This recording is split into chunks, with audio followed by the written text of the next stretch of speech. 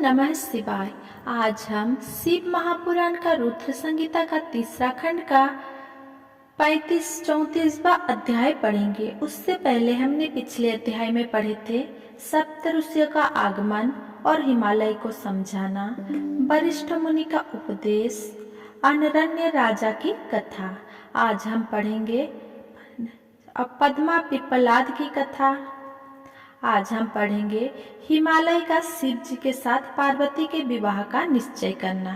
पद्मा पिप्पलाद की कथा। ब्रह्मा जी बोले, नारद जी, शैलराज हिमालय राजा अनरण्य की कथा सुनकर बोले कि हे मुनि वरिष्ठ, आपने मुझे बहुत ही उत्तम कथा सुनाई है। अब मुझ पर कृपा करके मुझे ऋषि पिप्पलाद और देवी पद्मा के विवाह से आगे की भी कथा सुनाइए। पद्मा को पत्नी बनाकर ऋषि कहाँ गए और उन्होंने क्या किया? शैलराज हिमालय के इस प्रकार कहे प्रश्नों को सुनकर मुनि वरिष्ठ बोले, पर्वतराज, ऋषि पिप्पलाद अत्यंत वृद्ध थे। उनकी कमर झुकी हुई थी तथा वे काम काम कर आगे चल पाते थे। इस प्रकार बूढ़े ऋषि की पत्नी बनकर देवी पद्मा उनके साथ उनकी कुटिया में आ गई। पद्मा रूपवती होने के साथ साथ गुणवती भी थी। वो साक्षात लक्ष्मी का रूप थी। अपने पति को वो असाक्षात विष्णु समझकर उनकी सेवा करती थी। एक दिन की बात है, देवी पद्मा स्वर्णदा नामक नदी में स्नान करने गई। तभी धर्मराज वहां आ पहुंचे और उनके मन में पद्मा की परीक्षा लेने की बात आई। धर्मराज ने राजसी वस्त्र एवं आभूषणों को धारण किया और रथ में बैठ गए। रथ में बैठे हुए साक्षात कामदेव प्रतीत हो रहे थे। देवी पद्मा को मार्ग में ही रोककर उन्होंने कहा, देवी, आप तो परम सुंदरी है। आपकी सुंदरता को देखकर तो चांद भी शर्मा जाए। आप तो राजरानी बनने योग्य है। आप इस भयानक जंगल में इस बूढ़े पिप्पलाद के साथ क्या कर रही है?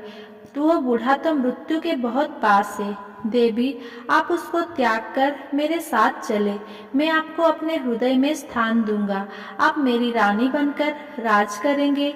आपकी सेवा करने के लिए हजारों दासियां होंगे जो आपकी हर आज्ञा को शिरोधार्य करेगी। मैं स्वयं आपका दास बनकर रहूंगा।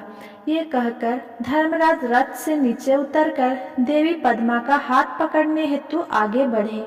यह देखकर पद्मा क्रोधित हो गई और पीछे हटकर जोर से बोली, अरे मूर्ख, अज्ञानी, अधर्मी, पापी, दूर हट जा। यदि तूने मुझे स्पर्श भी किया तो तू नष्ट हो जाएगा। तू काम में अंधा होकर मेरे पतिव्रत धर्म को नष्ट करना चाहता है। तू क्या चाहता है कि मेरा यह राजसी रूप और धन देखकर मैं अपने परम पूज्य महातेजस्वी ऋषि पिप्पलाद को त्याग दूंगी? नहीं, कदापि नहीं। याद रखो, यदि तुम मुझे बुरी नजर से देखोगे तो भस्म हो जाओगे। देवी पद्मा के शाप को सुनकर धर्मराज भयभीत हो गए। उन्होंने तुरंत राजा का वेश त्याग दिया और अपने असली रूप में आकर बोले, माता, मैं धर्म हूँ। मैं ज्ञानियों का गुरु हूँ और हर स्त्री को सदैव अपनी माता मानता हूँ। मैंने यह सब आपकी परीक्षा लेने के लिए ही किया है। पर मेरा जन्म है इसीलिए हुआ है कि मैं धर्मात्मा मनुष्य की धर्म संबंधी परीक्षा लेकर उन्हें धर्म में दृढ़ करूं। परंतु देवी, आपने मुझे शाप दे दिया है। अब मेरा क्या होगा? यह कहकर धर्मराज चुपचाप खड़े हो गए। तब देवी पद्मा ने कहा, हे धर्मराज, आप तो इस संसार के सभी जीवों के कर्मों के साक्षी है। फिर मेरी परीक्षा लेने के लिए आपको ये सब ढोंग करने की क्या आवश्यकता थी? अब तो शब्द मेरे मुंह से निकल चुके हैं। जिस प्रकार कमान से निकला तीर कमान में वापस नहीं जा सकती, उसी प्रकार मेरा शाप मिथ्या नहीं हो सकता। धर्म आपके 4 पाद है। सत्ययुग में तुम्हारे चारों पाद होंगे, त्रेता युग में 3 पाद होंगे और द्वापर युग में 2 पाद होंगे। कली युग में एक ही पाद नहीं होगा। परंतु जब पुनः सत्य युग शुरू होगा तो तुम्हारे चारों पाद पूर्व की भांति वापस आ जाएंगे। पद्मा की वचनों को सुनकर धर्मराज प्रसन्न हो गए और कहने लगे, देवी, आप धन्य हो। आप अति पवित्रता है। आपका अपने पति से अटूट प्रेम है। आप सदा ही उनके चरणों से प्रेम करोगे। मैं आपके पतिव्रता धर्म से प्रसन्न होकर आपको वरदान देता हूँ कि आपके पति जवान हो जाएं तथा उनकी जवानी स्थिर रहे। वे मार्कंडेयों के समान दीर्घायु हो, कुबेर के समान धनवान तथा इंद्र के समान सुंदर एवं वैभव संपन्न हो। देवी, आपको शीघ्र ही 10 पुत्र की प्राप्ति होगी जो कि गुणवान और दीर्घायु होंगे। यह कहकर धर्म अंतर्ध्यान हो गए और देवी पद्मा अपने घर वापस आ गई। उसने घर पहुंचकर देखा तो उसके पति धर्म के वरदान के अनुसार जवान हो गए थे। उनके घर में सुख विलास की सभी वस्तुएं मौजूद थी। इस प्रकार पिप्पलाद और पद्मा सुखपूर्वक जीवन व्यतीत करने लगे। कुछ समय पश्चात देवी पद्मा को 10 पुत्र की प्राप्ति हुई, जिन्हें पाकर दंपति का जीवन सुख खुशियों से भर गया। 35वां अध्याय, हिमालय का शिव जी के साथ पार्वती के विवाह का निश्चय करना। ब्रह्मा जी बोले, नारद, महर्षि वरिष्ठ ने राजा अनरण्य की पुत्री पद्मा और ऋषि पिप्पलाद के विवाह तथा धर्मराज द्वारा पद्मा को प्रदान किए गए वरदान की कथा सुनाकर कि पिप्पलाद स्थिर रहने वाले यौवन के स्वामी होंगे, इंद्र के समान सुंदर और वैभव से संपन्न होंगे और 10 सर्वगुण संपन्न पुत्र की उन्हें प्राप्ति होगी, शैलराज हिमालय से कहा कि राजन, मैं आपसे प्रार्थना करता हूँ कि आपके और आपकी पत्नी मैना के मन में जो भी नाराजगी है उसे भूलकर आप अपनी पुत्री पार्वती का विवाह त्रिलोकीनाथ महादेव जी के साथ कर दें।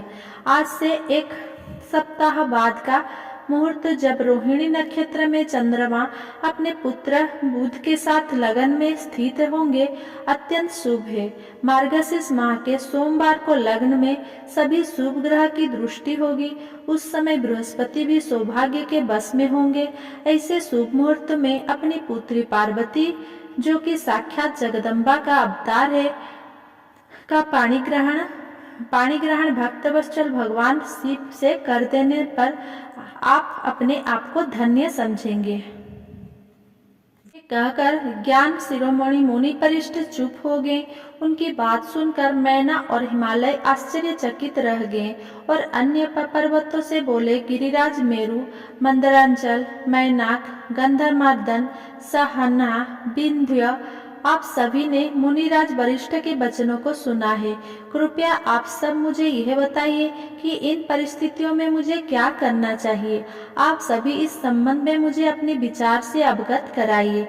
शैलराज हिमालय के यह कहे इस वचनों को सुनकर सभी पर्वतों ने आपस में विचार विमर्श किया और बोले, हे गिरिराज हिमालय, इस समय ज्यादा सोच विचार करने से कुछ नहीं होगा।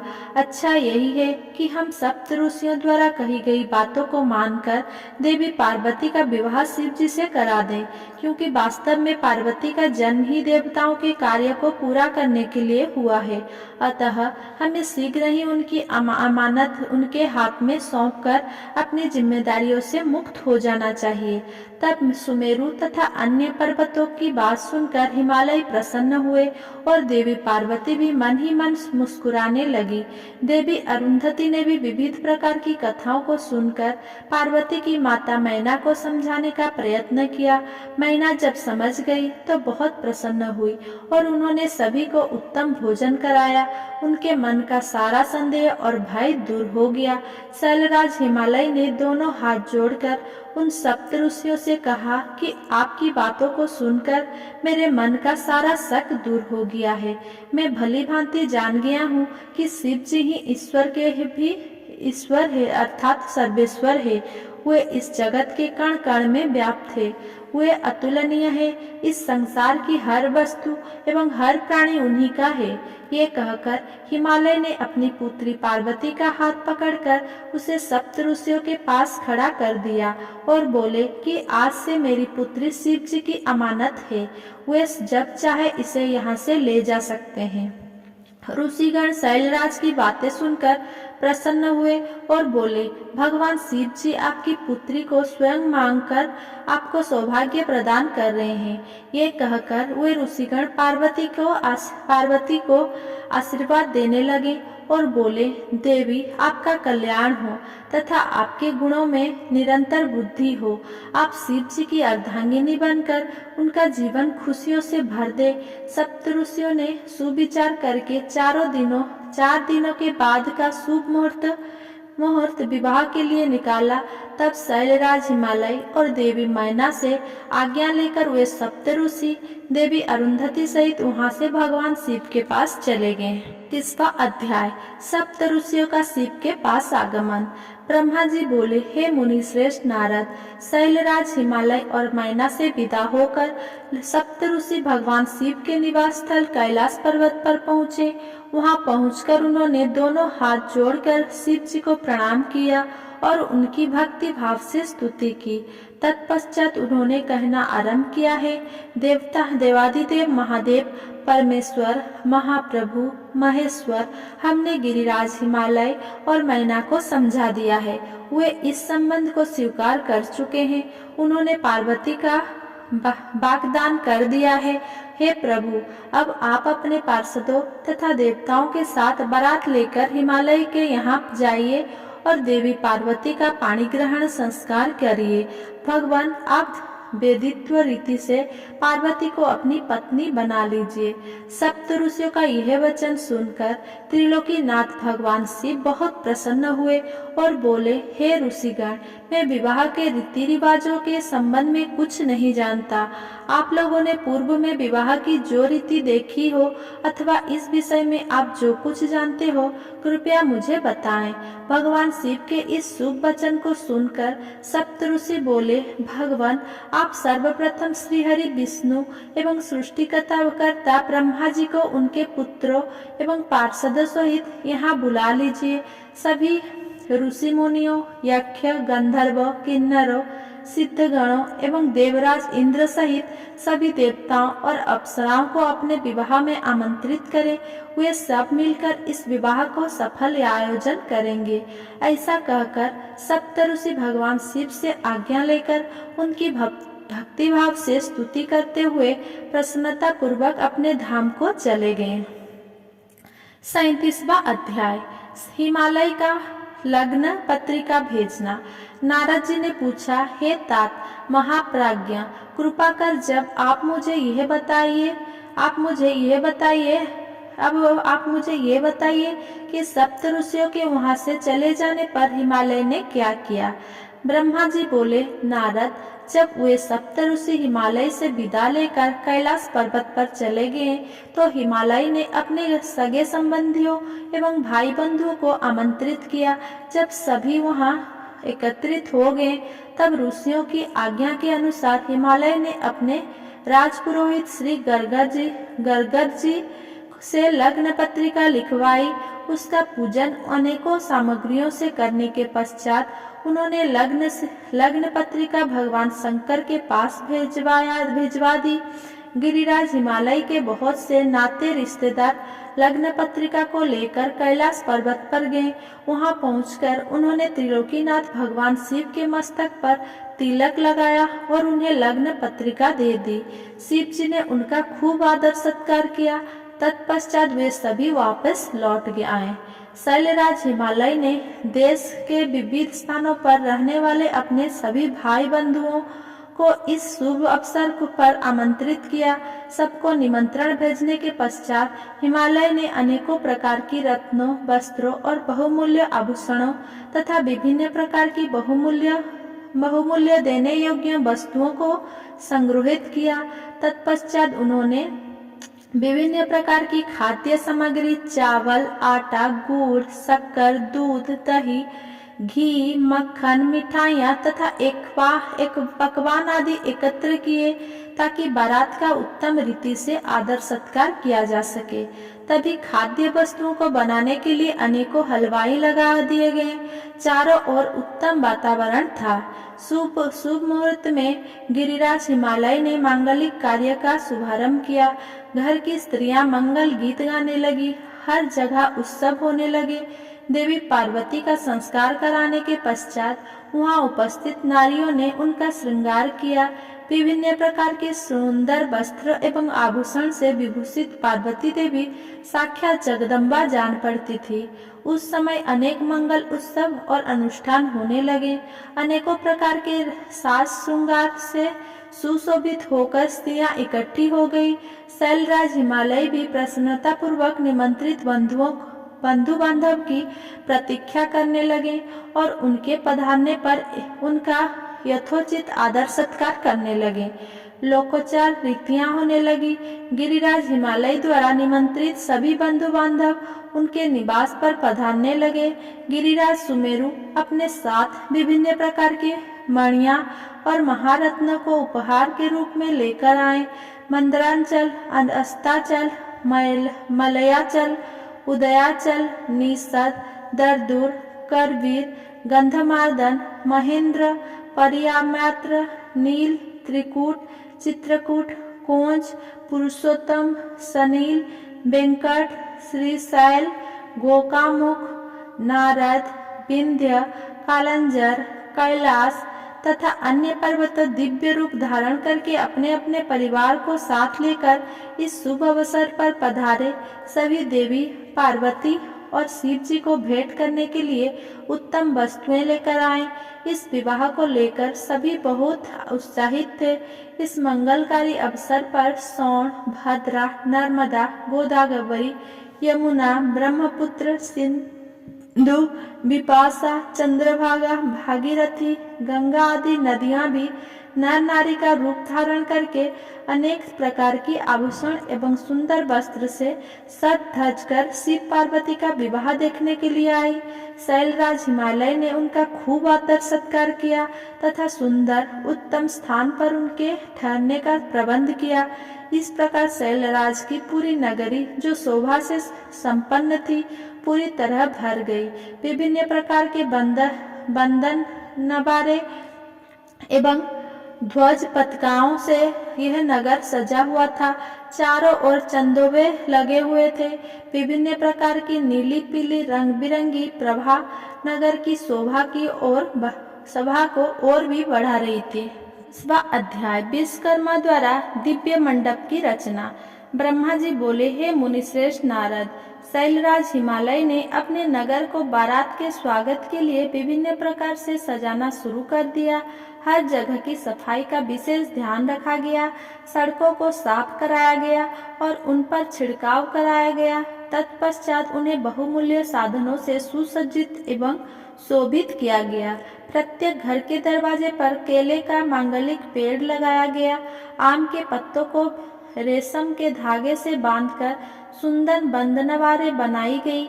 विभिन्न प्रकार से सुगंधित फूलों से हर स्थान को सजाया गया। सुंदर तोरणों से घर को शोभायमान किया गया।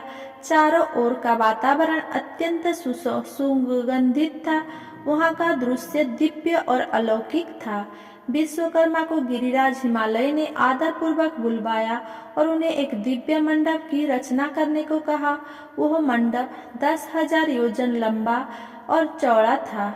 वह दिव्य मंडप 40,000 कोस से के विस्तृत क्षेत्र में फैला हुआ था।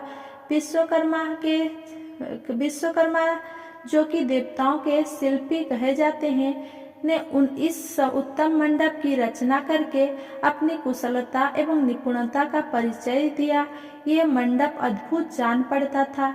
उस मंडप में अनेकों प्रकार के स्थावर, जंगम, पुष्प तथा स्त्री पुरुष की मूर्तियां बनाई गई थी, जो कि इतनी सुंदर थी कि यह निश्चय कर पाना कठिन था कि कौन ज्यादा सुंदर एवं मनोरम है। वहाँ जल में थल तथा थल में जल दिखाई दे रहा था। कोई भी मनुष्य इस कलाकृति को देखकर यह नहीं जान पा रहा था कि यहाँ जल है या थल। विभिन्न प्रकार के जानवरों की कलाकृतियों जीवंत बनाई गई थी। अपनी सुंदरता से जड़ हृदय को मोहित करते सारस कहीं सरोवर में पानी पीते दिखाई देते थे तो कहीं जंगलों में सिंह ऐसे लग रहे थे मानो अभी दहाड़ना शुरू कर देंगे। नृत्य करने की मुद्रा में बनाई गई स्त्री पुरुषों की मूर्तियां को देखकर ऐसा लगता था मानो वाकई नर नारी नृत्य कर रहे हैं। द्वार पर खड़े द्वारपाल हाथ में धनुष बाण लेकर ऐसे खड़े थे जैसे सचमुच अभी बाणों की वर्षा शुरू कर देंगे। इस प्रकार सभी कृत्रिम वस्तुएं बहुत सुंदर एवं मनोहर थी, जो कि बिल्कुल जीवंत लगती थी। द्वार के मध्य में देवी महालक्ष्मी की सुंदर मूर्ति की स्थापना की गई थी, जिन्हें देखकर ऐसा प्रतीत होता था मानो क्षीर सागर से निकलकर साक्षात लक्ष्मी देवी वहां आ गई हो। वे सभी शुभ लक्षणों से युक्त दिखाई दे रही थी। मंडप में विभिन्न स्थानों पर हाथियों की कलाकृतियां भी बनाई गई थी। कई स्थानों पर घोड़े घुड़सवार सहित खड़े थे, तो कई सुंदर अद्भुत दिव्य रथ जिन पर सफेद अश्व जुते हुए थे। मंडप के मुख्य द्वार पर नंदीश्वर, जो कि शिव जी की सवारी है, की मूर्ति बनाई गई थी, जो कि स्फटिक मणि के समान चमक रही थी। उसके ऊपर दिव्य पुष्पक विमान की रचना की गई थी, जिससे पल्लवों और सफेद चामरों से सजाया गया था। देवताओं का भी प्रतिमूर्ति की रचना की गई थी, जो कि हुबहू वास्तविक देवताओं से मिलती थी। क्षीर सागर में निवास करने वाले श्रीहरि विष्णु एवं उनके वाहन गरुड़ की रचना भी उस मंडप में की गई थी, जिसका स्वरूप साक्षात विष्णु जी जैसा ही था। इसी प्रकार विश्वकर्मा द्वारा जगत की सृष्टिकर्ता ब्रह्मा जी की भी प्रतिमा उनके पुत्रों और वेदों सहित बनाई गई थी। साथ ही वो प्रतिमा वैदिक सूक्तों का पाठ करती हुई दिखाई देती थी। स्वर्ग के राजा देवेंद्र अर्थात इंद्र एवं उनके वाहन ऐरावत हाथी की मूर्तियां भी जीवंत थी। इस प्रकार विश्वकर्मा द्वारा बनाई गई सभी कलाकृतियां कला का अद्भुत नमूना थी, जो कि दिव्य एवं मनोरम थी, जिन्हें देखकर यह जान पाना अत्यंत मुश्किल ही नहीं नामुमकिन था कि वे असली है या फिर नकली। देवताओं की शिल्पी विश्वकर्मा द्वारा रचित यह दिव्य मंडप आश्चर्य से युक्त एवं सभी को मोहित कर लेने वाला था। तत्पश्चात शैलराज हिमालय की आज्ञा के अनुसार विश्वकर्मा ने देवताओं के रहने के लिए कृत्रिम लोक का निर्माण किया, जो कि अद्भुत थे। साथ ही उनके बैठने के लिए दिव्य सिंहासनों की भी रचना की गई। ब्रह्मा जी के रहने के लिए विश्वकर्मा ने सत्यलोक की रचना की, जो दीप्ति से प्रकाशित हो रहा था। तत्पश्चात श्रीहरि विष्णु के लिए वैकुंठ का निर्माण किया गया।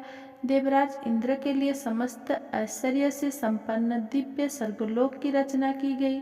अन्य देवताओं के लिए भी उन्होंने इस अद्भुत कार्य को मूर्त रूप में दे दिया।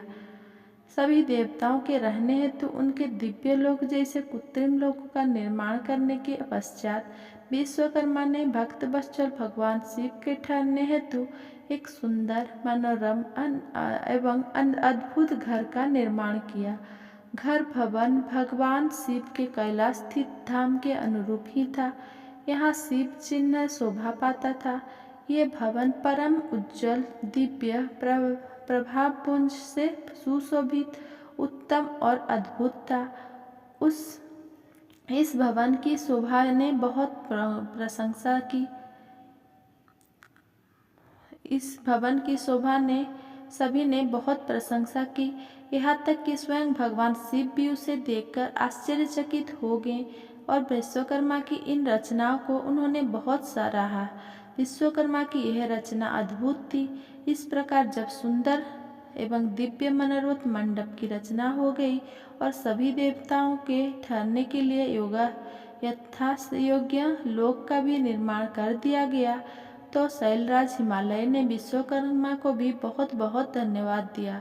तत्पश्चात हिमालय प्रसन्नतापूर्वक भगवान शिव के शुभागमन की प्रतीक्षा करने लगे। हे नारद, इस प्रकार मैंने वहाँ का सारा वृत्तांत तुम्हें सुना दिया है। अब आप और क्या सुनना चाहते हैं? अगर मेरा ये वीडियो आपको पसंद आया हो तो मेरा ये वीडियो को लाइक, कमेंट, शेयर करें एंड मेरा चैनल को सब्सक्राइब करें। धन्यवाद।